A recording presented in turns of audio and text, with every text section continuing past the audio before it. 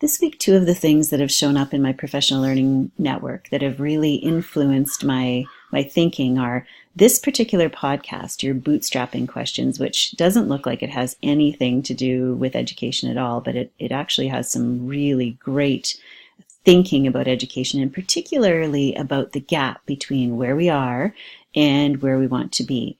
And recently a friend suggested that I read Daring Greatly, and that also talks a lot about the gap between where we are and where we want to be. So on the weekends, I try to both write on my blog, and I do produce a newsletter for educators, just curated material that they can look at if they have a few minutes to do professional learning on the weekends. And so I wanted to share this idea of the gap between where we are and where we want to be. And I wanted an image.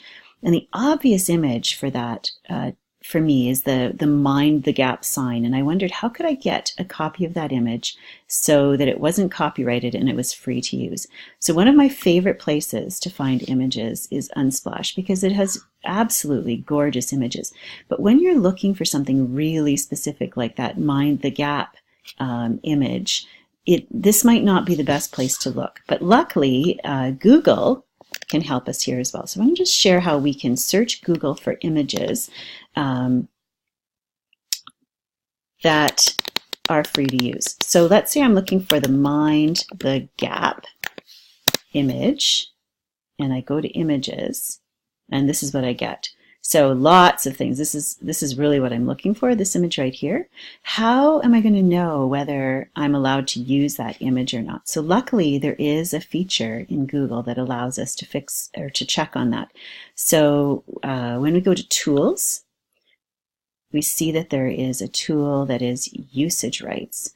And so now I can search this image, mind the gap, so mind the gap, images, usage rights, click down, and I want images that are labeled for reuse, which means that I can use them and not worry about breaking copyright. So now you notice that the search changes significantly, that I have a different group of images that I can use.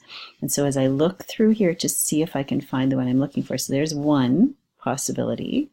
And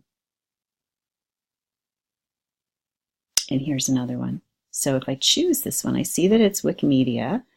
Chances are I'm going to be able to use that. So when I go to the site, there's the image. And when I go down to look at whether or not I can use it, and I see this file is made available under the Creative Commons 1.0 Universal Public Domain dedication. So the person who's associated a work with this deed has dedicated the work to the public domain by waiving all of his or her rights to the work under copyright law.